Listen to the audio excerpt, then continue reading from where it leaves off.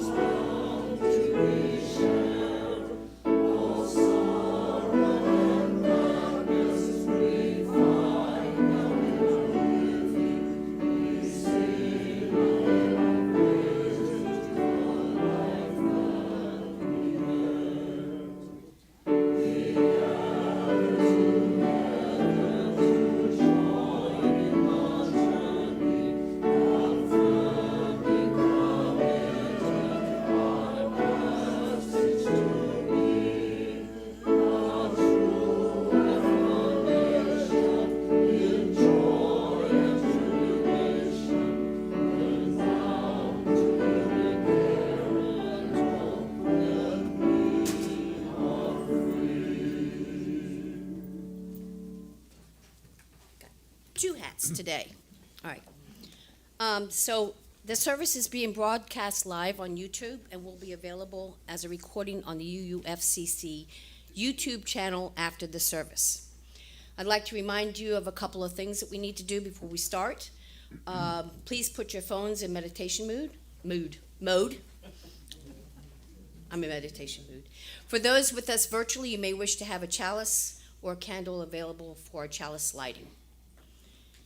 I wish to express my gratitude to those who make this service possible. Those supporting technology, that's Corey and Tom. To the building and grounds team, the folks who set up and break down the coffee and snacks, the sanctuary decorating team, and all others who make this physical space a joy to behold. To our membership committee and their greeters, Ryan S., our pianist, Janet, our choir director, and of course our choir, to Mary Jane and Sandy for all that they do behind the scenes, and a special thanks to Ryan R., who cleaned the sanctuary this morning in preparation of our gathering. Thank you very much, Ryan.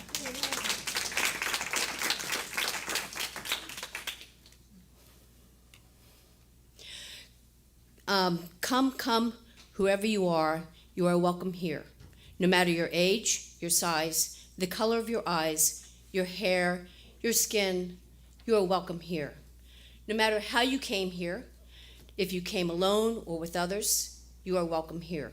No matter whom you love or how you speak or whatever your abilities, you're welcome here. Whether you come in laughter in your heart or tears in your eyes, you're welcome here. If you come here with an open mind and a loving heart and willing hands, then you are indeed welcome here.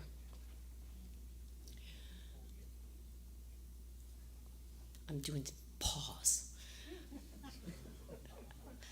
If you're near here or returning from a long time away, including any returning snowbirds, please stand in body or spirit or wave and state your first names, where you're from, so that we can welcome you. Anybody new?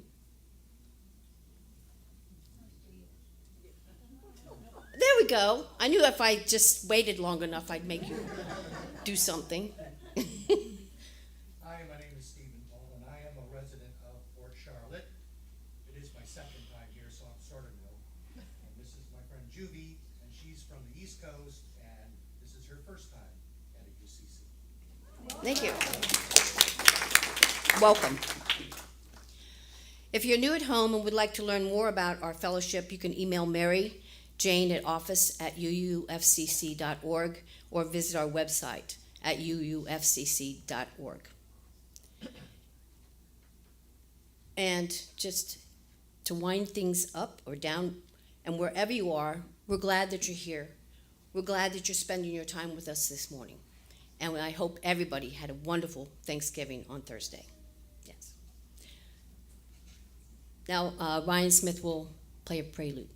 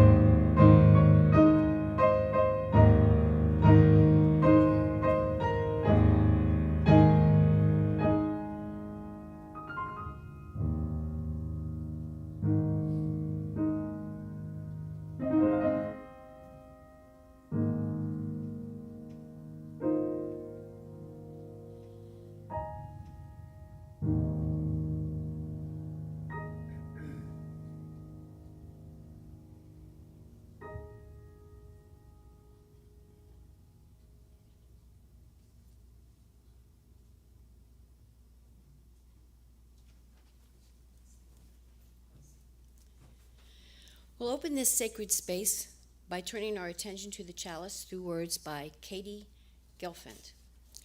It's called The Abundance of Our Lives Together.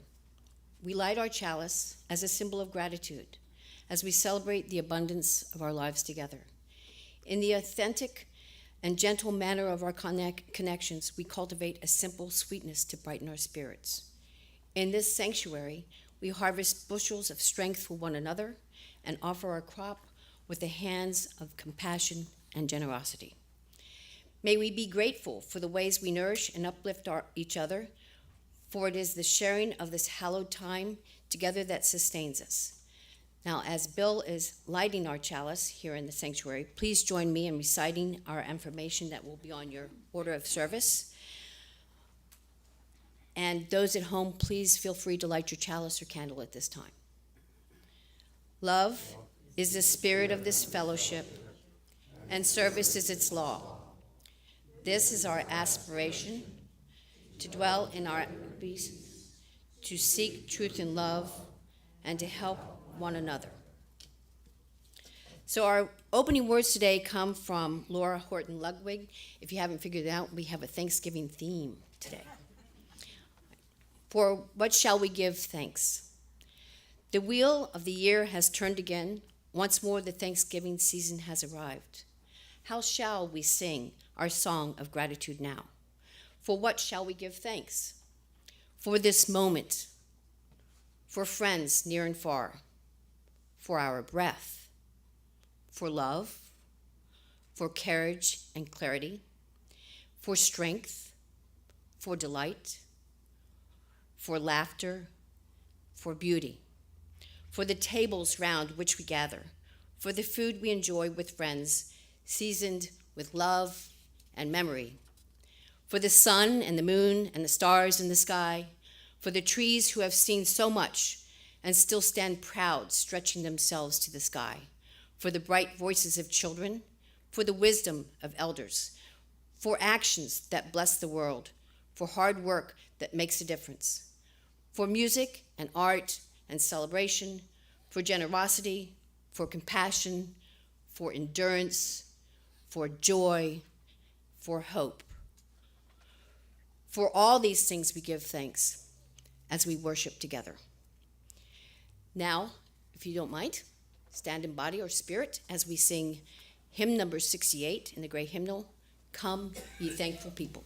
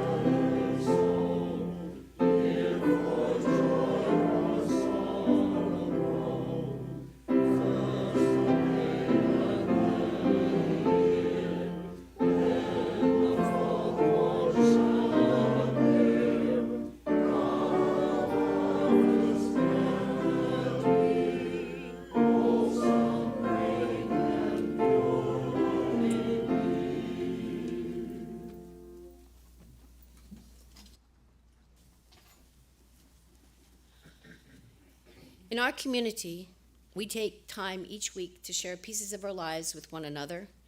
We do this because each person in this community has value. Each person's experience matters. We share our sorrows with one another today, knowing that sorrow comes into each person's life, knowing that together we offer comfort. We also share our joys with one another, knowing too that joy comes into all of our lives, knowing that together our voices can rise in a chorus of celebration. The first thing we do is we read from the Book of Life, which was given to me, and this is life milestones that are written into the book each week. For those at home, if you wish to do this and you're not here, if you email your joy or concern to the Book of Life at UUFCC.org, we'll translate it into the book at the end of the service. No messages should be sent later than Saturday evening because we can't get it in on time. So I'll be reading these to you, and then we are going to do the dropping of the stones so that people can come up and share their joy or sorrow with us if you have it written in the book and you feel compelled to do so. So first I'll read from the book. So this is for November 26th. Jackie writes, "Please keep Dorothy in your thoughts and prayers. She fell and hit her head. I think she's home now." Thank you, Jackie. Robert Moran, will be having a procedure in his spine on Wednesday to reduce pain, and hopefully it will reduce the pain. So everybody send their prayers to him. He needs that because what would life be without Robert?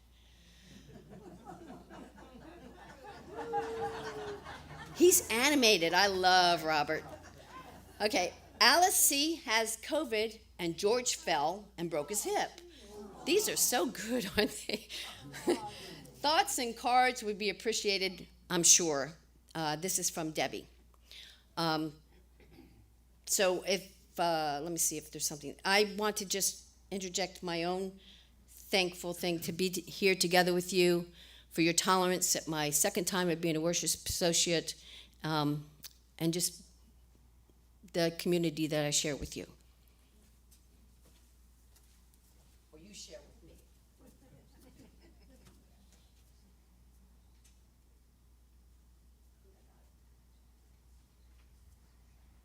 Do I have it?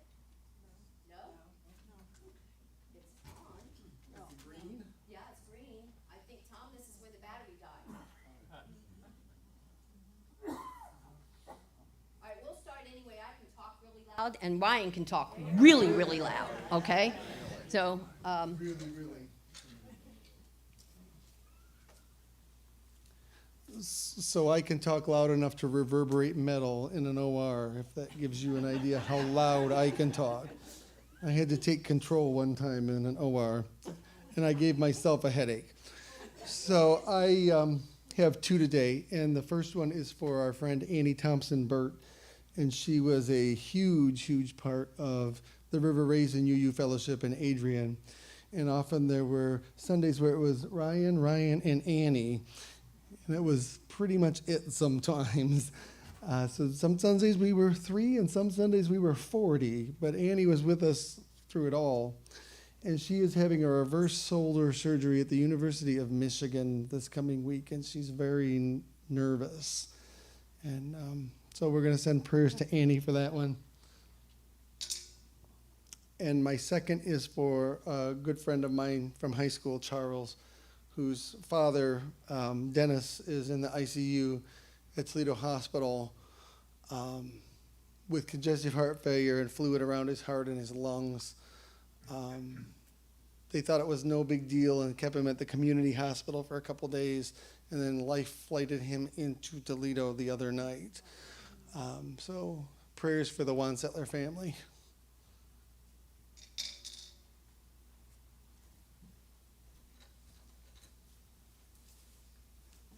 Pink? Does anyone see Pink? yes. This is for the singer Pink, who has been very outspoken for our liberal causes. That's number one. Number two, in the past year I've had hurricane damage, mold remediation, termites, dissolution of a 58-year marriage, death of my son, and last night my only mode of transportation, my 21-speed bicycle, was stolen from my carport. Now, I was asking Sharon and some other people, how many plagues are there? I don't know. 7? Maybe 7. There are 7 deadly sins, which I'm not going to confess to those right now. But I say this not to get pity, but about 15 years ago, I taught an undocumented Mexican man in Arcadia, Antonio. And one of the farm workers had committed suicide. And Antonio said to me, "Why would anyone want to leave this beautiful life? Why indeed?" Very nice. Sorry, let me stop that over.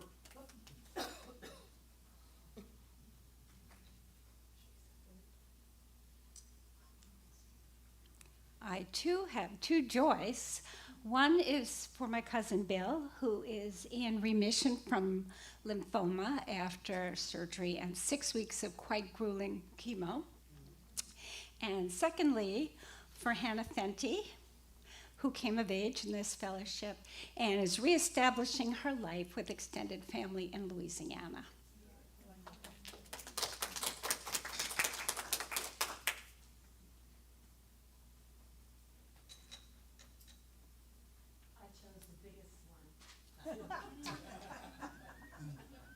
That's a thought.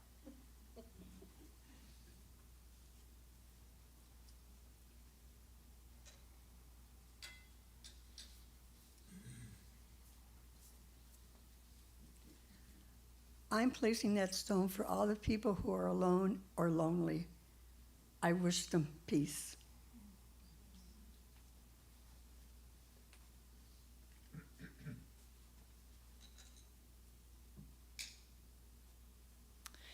I'm putting a stone in with gratitude that Robert S. is with us today after taking a bad fall before Thanksgiving.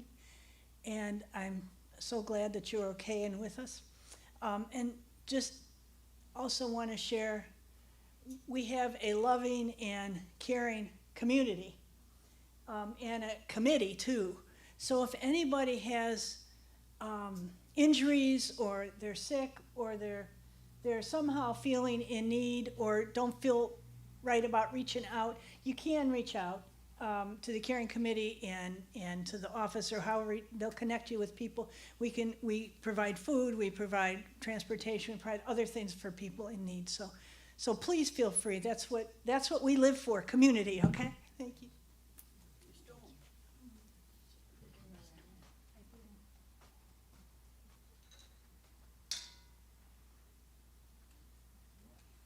I have two joys. One is this community. I'm so thankful for the compassion that people show in difficult times.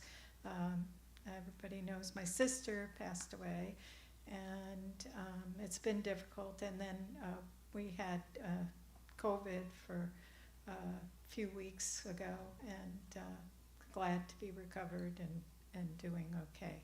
So thank you for all your cards and compassion and people. This is such a wonderful community. Also, I wanted to, I'm very grateful for the artists that have shown here, the Peace River plein air artists. This is the last week for their show, and we have two exciting artists coming next Friday, and I hope you'll enjoy that too. Thanks.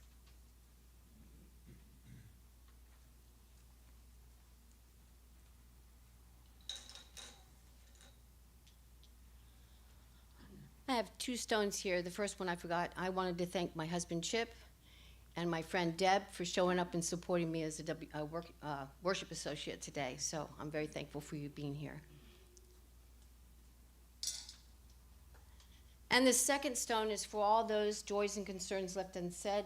May we hold them in our heart and hope that everything gets better or stops being so bad that it can be. So.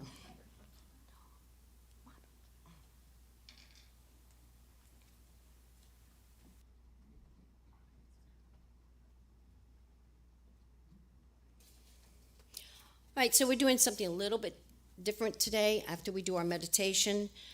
For those who want to remember those that we loved, thank the ones that we care about, think about our joys and concerns, we're going to have a music meditation by the choir. So just a moment of meditation, please.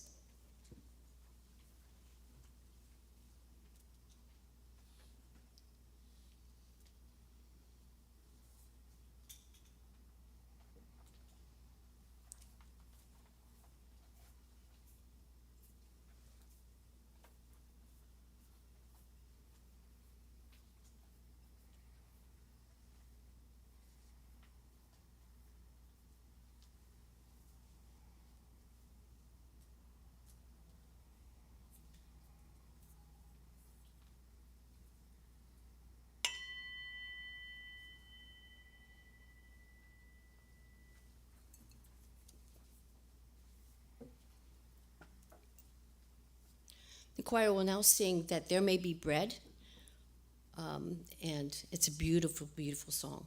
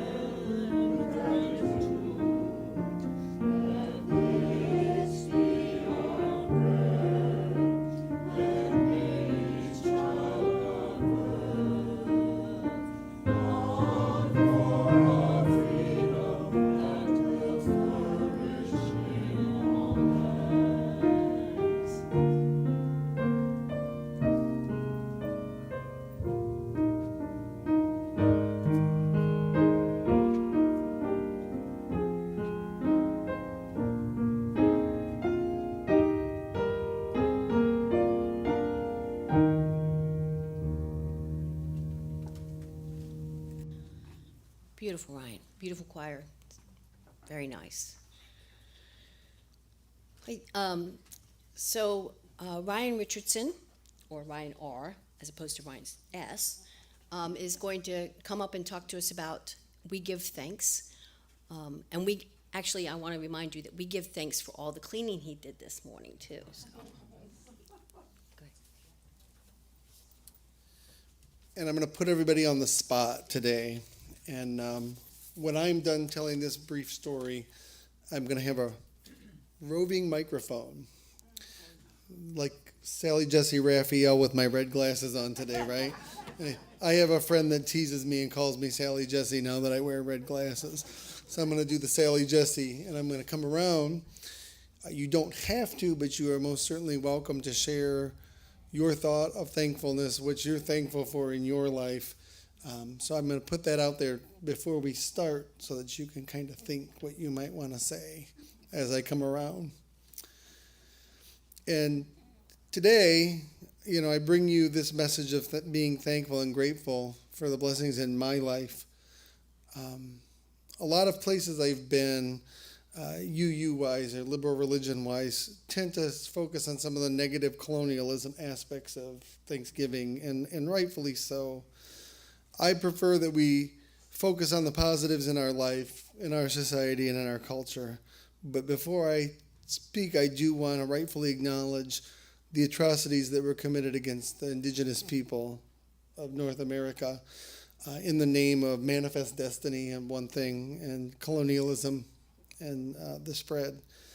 And remind us all that we are, in fact, still on unceded lands as we sit here today in Port Charlotte, and affirm a commitment to restorative justice to the indigenous people of North America. So I don't want to leave that out today. My story of learning to be grateful actually was a moment at age 28 in December of 2010. I was a recent graduate of a physician assistant program, just around 4 years at that point. I went to the University of Findlay in Findlay, Ohio, and that's actually where I met Ryan S. He was going to the party school up north at Bowling Green when we met. He got out of the cornfields and went over to Party Central for school. But I had went to Findlay, which is a Church of God school, actually, relatively posh. A lot of kids' parents are Marathon Oil executives. A lot of kids in the equestrian program. A lot of kids with BMWs go to school there. And so it was a different environment for me to come into that from where I came from. And I grew up in a solidly middle-class home. Neither of my parents were divorced when I was 2, but they were both remarried. And neither were college educated, but both had good-paying jobs. And we didn't have any longing or needing for anything material growing up. Back in December of 2010, I had just started working in the inner city of Detroit, doing house calls for a small company out of Warren, Michigan. And it was actually my third encounter with the big city of Detroit. I went at first in September of 2006, literally like 2 weeks after I passed my exams, and worked for a Nigerian doctor for about 3 weeks. And he was paying me like $50 an hour at like 24 years old, it was fun and games until we got a bullet through the back window of the car one day. And I kind of decided maybe this just was not what I should be doing at 25 years old. I ended up in a job in suburban Toledo in an allergy office, which was wildly different than working the streets of Detroit. But it was one of those things that I felt terrible about leaving Detroit, even as a young guy with clearly not enough experience to be taking care of those patients. I just was like, boy, these people really need this care, and it bugged at me for a while. Then the opportunity arose after I left my second job in the hospital. I went into a pulmonary job that I absolutely could not stand.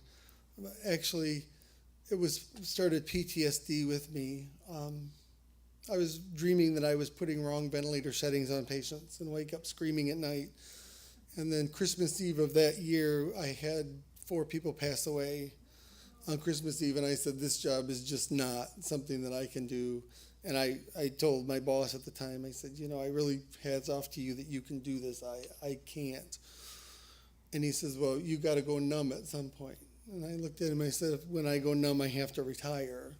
Because when you're numb, you can't take care of patients the right way. So I ended up back in house calls and went with a large company for a little while.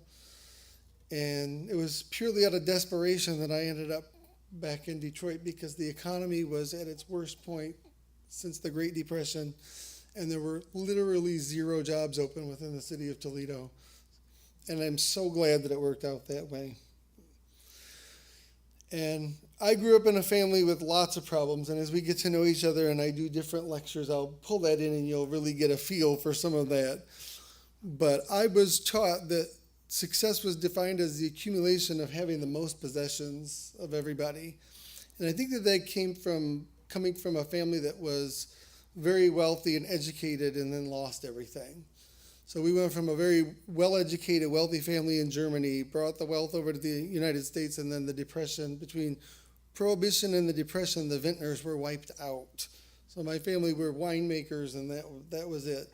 And they went from being all college educated to no college education for about 100 years. Nobody was college educated.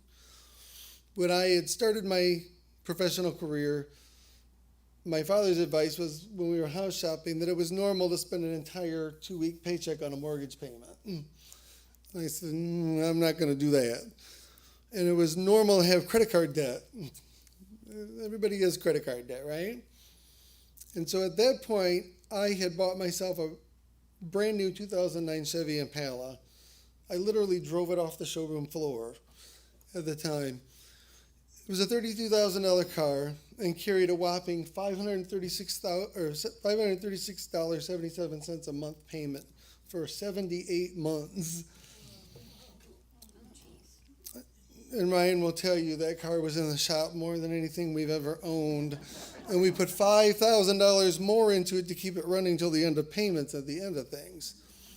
But I was 28 years old and I felt defeated because I wanted a new Chevy Tahoe, which looking back on that, that's pretty ridiculous for a 28-year-old to kind of think that that's what they should be going after. But I was under the mindset that I had a master's degree and a college education, and that's what I wanted, right? And I was pretty ungrateful at that point. And I didn't own the things that I thought I should. A house in the suburbs, maybe on the golf course. Play golf, but maybe it should be on the golf course, right? That expensive Tahoe that, God knows what we would have done with that thing at that time.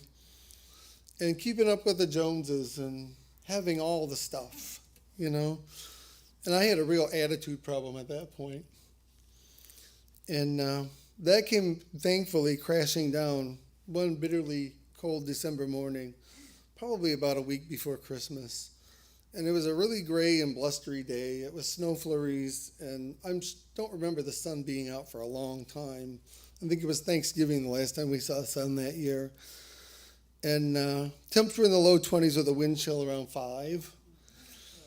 And my medical assistant and I had just pulled up to the infamous Morton Manor Apartments, which is on DeQuinder Road in Detroit. And it was ranked basically in the top 5 worst places in the city of Detroit at that time. Definitely the worst one on the west side in those years. And its reputation was being rough, wild west, not the best place to go, not real safe to go. The police had a substation in the building, so there were always 2 police officers in the building during the daytime anyway. Later I found out that it was a transitional housing project for most, that they were first step back from being homeless.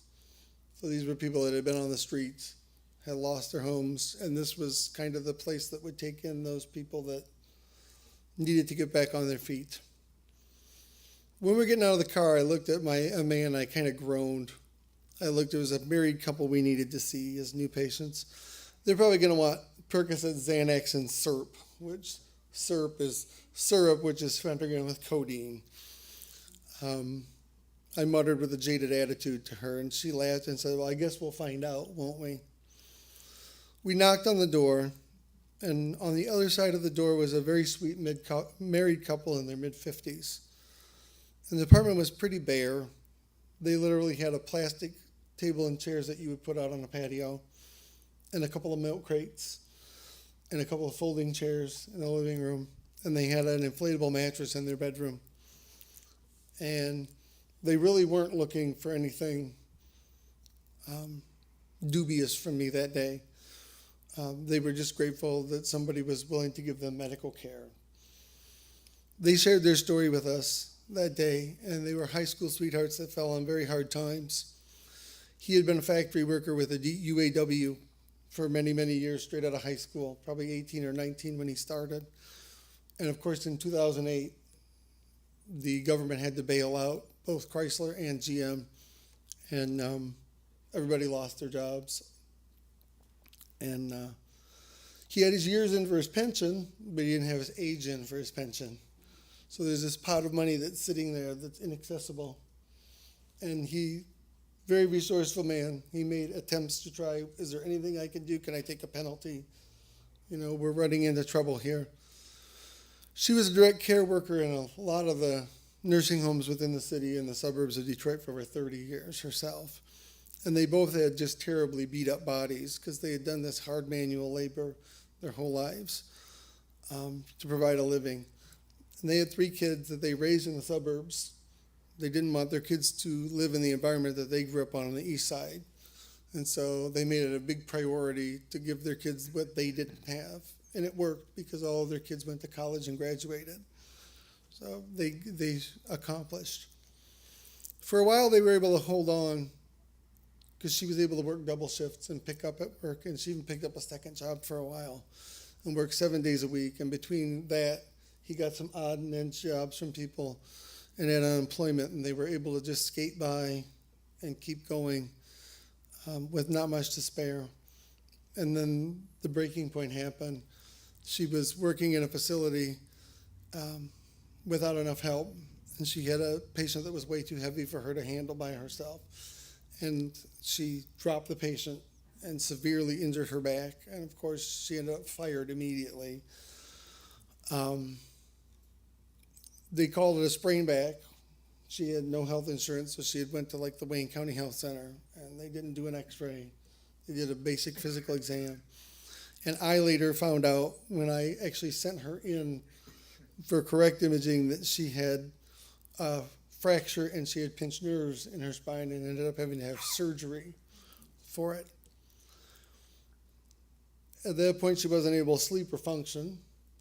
She has no health insurance. She's going to the county health department, and they don't do narcotics there at all. And she ended up going on the street to get pain relief. And it wasn't long before everything else just vanished. So they lost their cars, they lost their home. And the kids were really upset because mom had a habit, and the kids kind of drove them off. And for a while they were able to couch surf with people, and then people stopped answering their phones. And so they took their last $500 and bought an old conversion van. And they lived close to the Detroit City Airport, which is like Gratiot and Connor, which is probably the worst part of the city. And they did that for a couple months. And then one night they were using a kerosene heater in their van. And they woke up just in time to get out. And as she tells the story, she got about 5 steps away from the van and it exploded. So they were extremely lucky that they didn't sleep through the fire. And it ended up being a blessing for them because then the city police got involved, and then they got over to Good Samaritan. And then sadly they had to separate from each other because men and women aren't allowed to stay together in these places. And she got the help she needed to get off drugs. And I met them just as they got their apartment and their Medicaid. So I was the first professional to encounter these people after years of not being able to get any care. And I found out later that the furniture that I saw in the apartment the first time I was there was just stuff that other residents pulled together and gave them. Hey, I got this, I got that, I got this.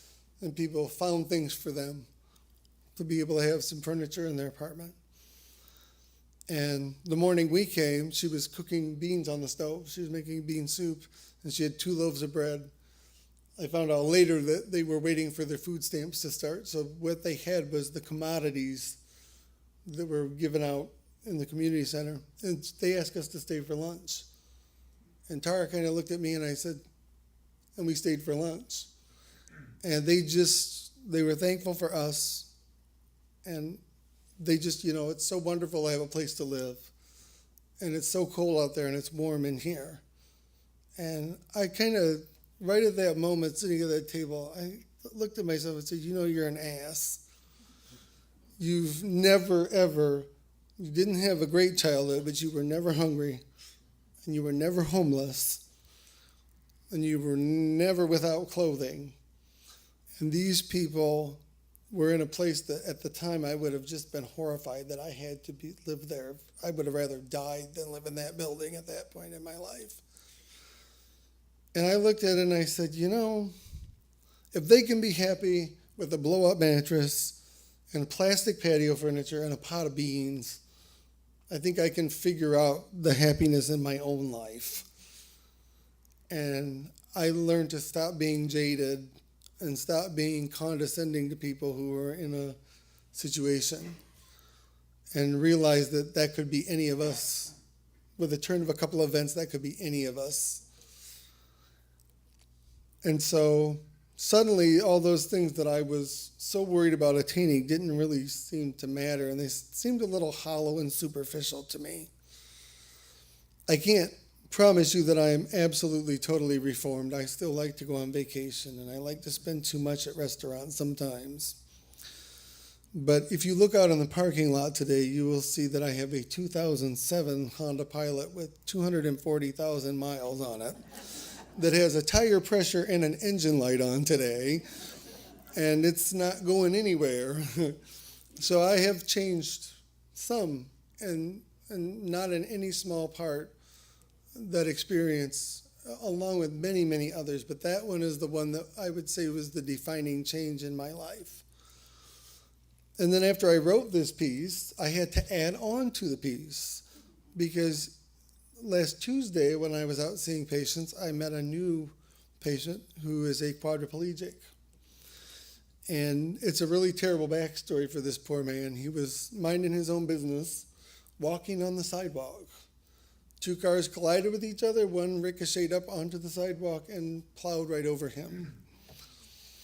And people were trying to be helpful and handle him and mishandle him, which resulted in a spinal injury that came about 48 hours after the initial. He woke up and couldn't move anything. And so he is bedbound, and he has a suprapubic catheter, which is right below the belly button, and he has a colostomy bag, and he is severely muscle spasming. When you handle him, it's like handling a tree trunk, just very stiff and rigid. We're going to work on that. I promise you I can get that fixed. I will figure it out, whatever I have to do to help this guy. And his attitude is just, it makes you just stop in your tracks, because he's got pictures of St. Michael, several pictures of St. Michael in his bedroom. And he spends his time praying for other people, because I have everything I need. I have caregivers that take care of me. I've been able to stay in my own home. I got it better than a lot of people. And if a quadriplegic that cannot take care of themselves can say that, surely we can say that for ourselves. As far as our couple in Detroit goes, I'll give you a fast forward about 12 years now was when we met. We're still friends on Facebook, and we still email, and we still joke with each other. And just a couple months ago, a new grandchild was born. Family's back together. Everybody made amends. He finally got his pension. Not long, actually, he got his pension before I quit seeing them. She's had neurosurgery where it's not perfect, but she doesn't need pain medication anymore.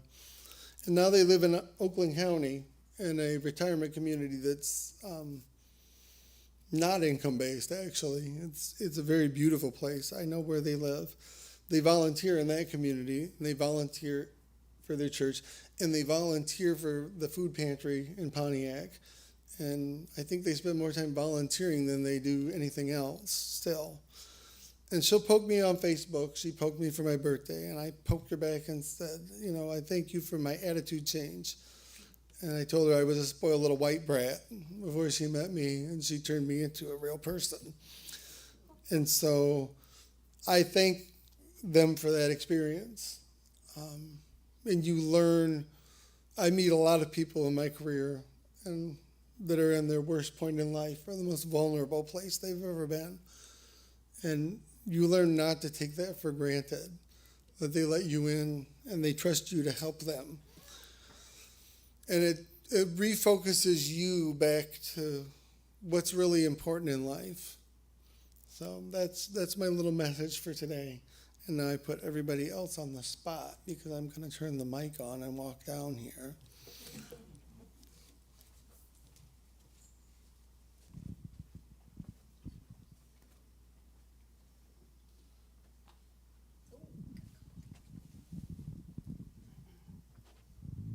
I'm Peggy Dawn Moran, Robert's wife, and I'm grateful for 40 years of sobriety and the gifts that have been given me because of that.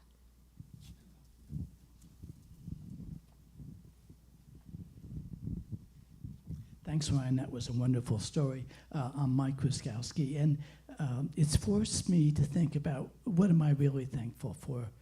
And looking back on it, I'm thankful for an education. Back in the 60s, schools were cheaper. Scholarships were available, particularly if you came from a blue-collar, large family.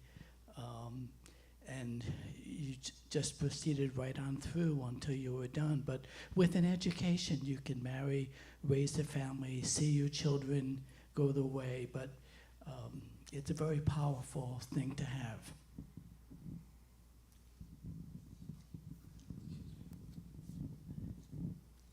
Me again, thank you so much. Those stories are raw. They touch my heart. I'm sure everyone in here. This will be my third feast, Thanksgiving feast today. My third this week. How wonderful is that? Many years ago, I was living in developing countries, in bamboo huts, houses with dirt floors. We drank river water. The word Thanksgiving didn't exist there. Thank you.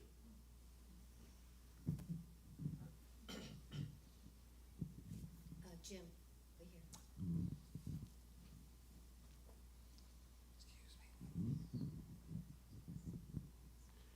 My name is Jim Boyle. You might know me. I had two things that I wanted to give thanks for. The first, of course, is music. We could have existed as humans without music. It would have been possible. We could have just enjoyed nature and the sounds of nature, and that would have been wonderful. But it's a wonderful gift to have music in our lives, and I'm so thankful for that. The other that I'm so thankful for is color. Because again, as humans, we could have functioned with just gray or black and white. But we have a wonderful world of color, and I was just in Georgia and enjoyed the color there. So those two things, music and color, are very special to me, and I'm so thankful.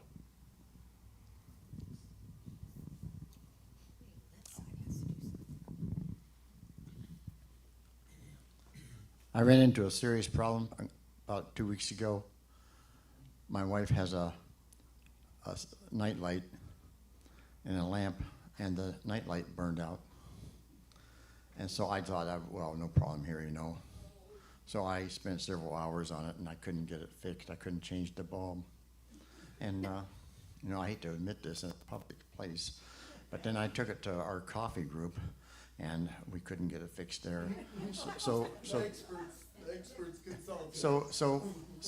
Doug Matrix took it home, and after a couple hours of work, he finally got the light bulb changed. I'm so thankful for that. Thank you, Doug.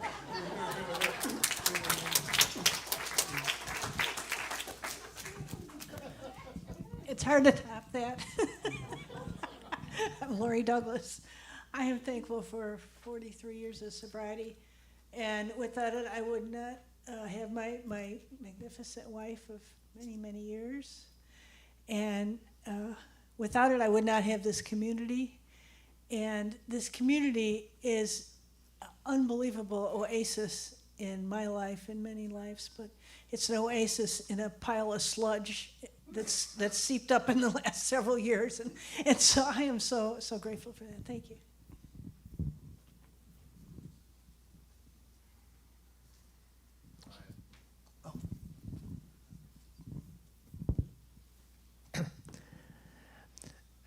I am thankful for my dear friend, Peg, who is living now far from here, but in Virginia with her 2 daughters, who are very loving and caring and enriching her life so she can enjoy it at age 102. That's pretty cool.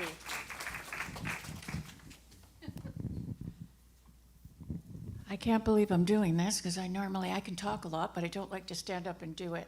But what you did teach me today, because as you were speaking, I thought about 5 or 6 different things. I have that vehicle that you really wanted way back. Oh, aren't I a lucky lady?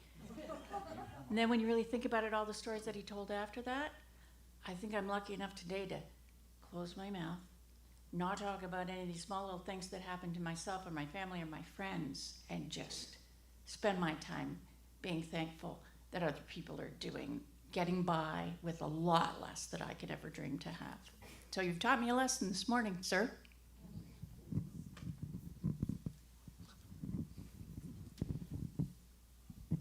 I'm thankful for you, Ryan. You do so much in this church. And I have a wonderful life, so I have no complaints. And I think that's my message today, wrapping up on that, is turn the TV and Facebook off.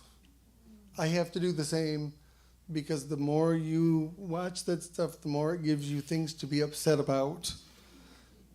And I think if the world shut all of those things off and just talk to each other, we would be in a very different place than we are right now.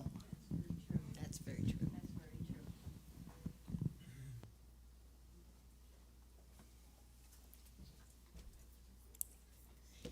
Thank you, Ryan.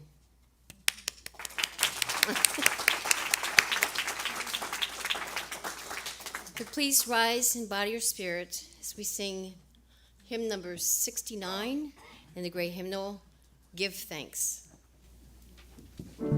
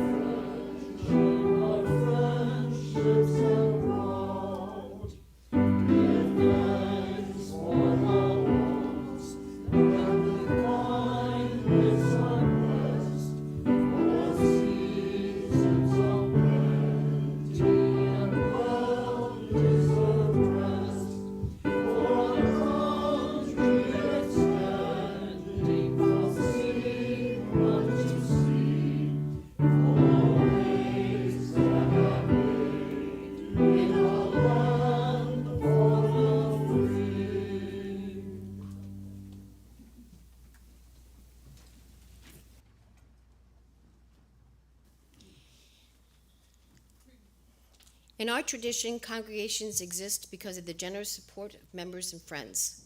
It is our privilege and responsibility to ensure the health and future of this fellowship. To this end, your offerings support the ministry of this fellowship, whether by pledge or donation, and may be offered online. There are 7 ways you can give.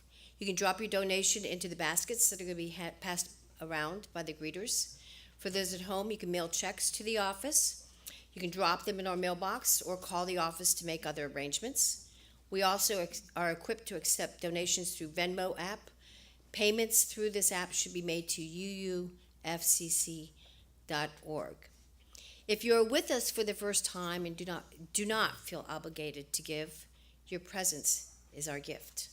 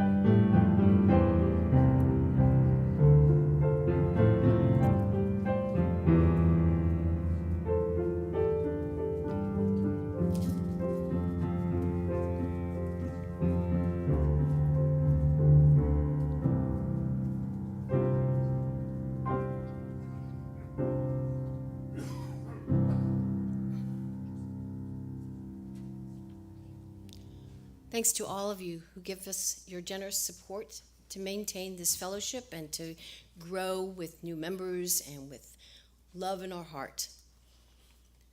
Your generosity is always appreciated.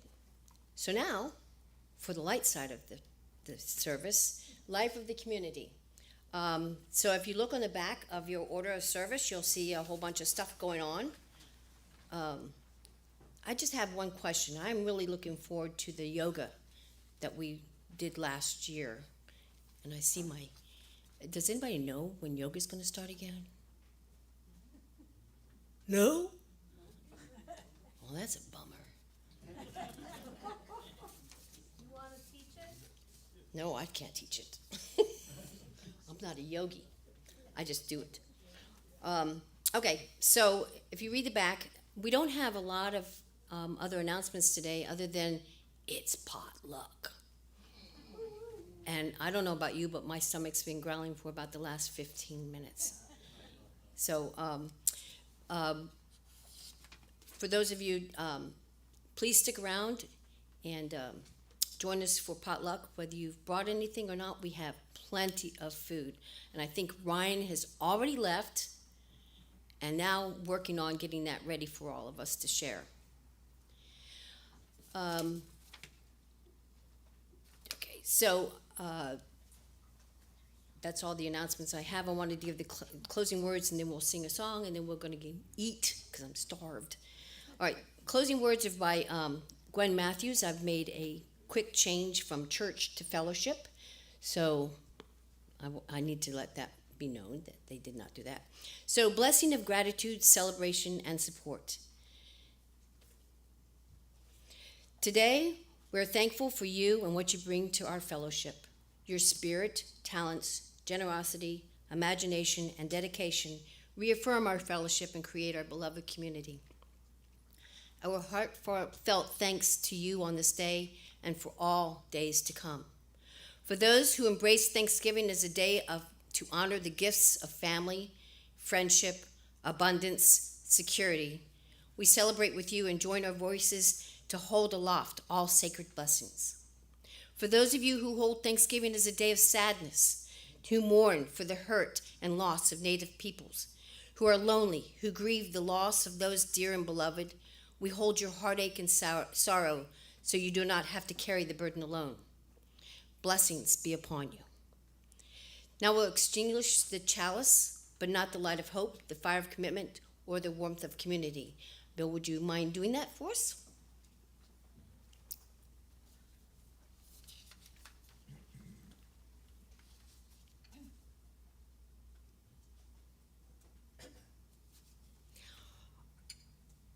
Thank you very much. Our last song, and very apropos as far as I'm concerned, is from the Teal hymnal, 1010, We Give Thanks. Please rise in body and spirit and sing along with us.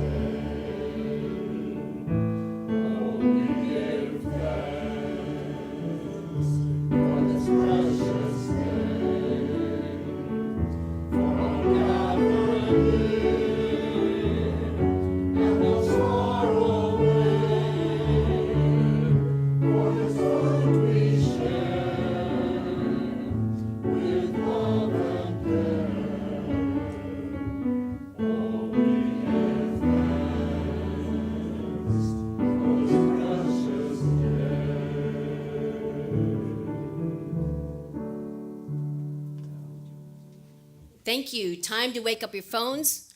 Time to eat. The food is actually, if you go out, it's going to be on your left-hand side in the little patio area. I think everything's there that you need.